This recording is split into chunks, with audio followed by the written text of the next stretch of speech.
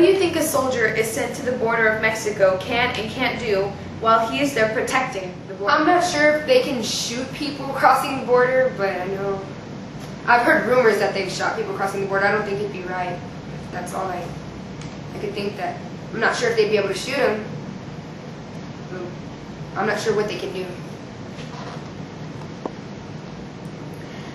We go back to the issue again with soldiers, and once again they join the Army for action, and although it might not be fair, they're going to be there day in, day out. It's going to be in the desert Texas sun. They won't be doing anything fun. They'll be so bored that when they probably catch a person, who knows what they'll do just to get a little bit of action with, say, a gun or a knife. Or I just feel that once again it's a waste of time because they're going to be bored out of their minds. And you say, I would say that 6,000 troops or National Guards, it would pretty much be a waste of distance too, because it's way more than one person per mile. Probably be 10 miles per one person. And what's the chance of you getting one person on your side of the fence? They would be bored, and they'd probably be doing things illegal too, because nobody would be watching them. There are some who argue that we have NAFTA, North American Free Trade Agreement, and we just passed CAFTA, Central American Free Trade Agreement, to free the flow of manufactured goods between the Americas, which was passed by both Congress and the Senate. So why shouldn't the workers from the countries in this agreement be allowed to flow freely as well? What do you think about that argument? Does it have any merit?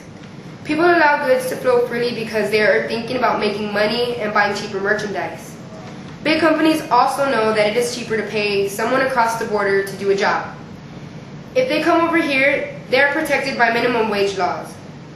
I think, well, a lot of big companies are always thinking about making money before the lives of people. Big companies are moving their offices to other countries to save money. They hire the labor in other countries because they don't have to pay any minimum wages or insurance benefits like they have to do in America. Big companies don't want workers from other countries to come over here. In that case, they would have to pay them higher wages and benefits. We have many immigrants, not just from Mexico, but from Argentina, the Honduras, Caribbean. But for right now, I'm just going to use Mexico as an example because you go to Walmart, say, and you buy a t-shirt and it says made in Mexico, or sometimes China, and really what I'm trying to say is that so many of America's clothes and food, they're made or they're processed, or we get them from another country. Most of the time it's Mexico because we're so close to them. Mexico and America have trading laws, and everybody usually are in a... You notice that a lot of companies, American-based companies, go to Mexico just because it's a lot cheaper to make the things, to ship the things, to sell the things, and basically, all in all, it's just it's a lot easier to get everything done in Mexico because you're saving money.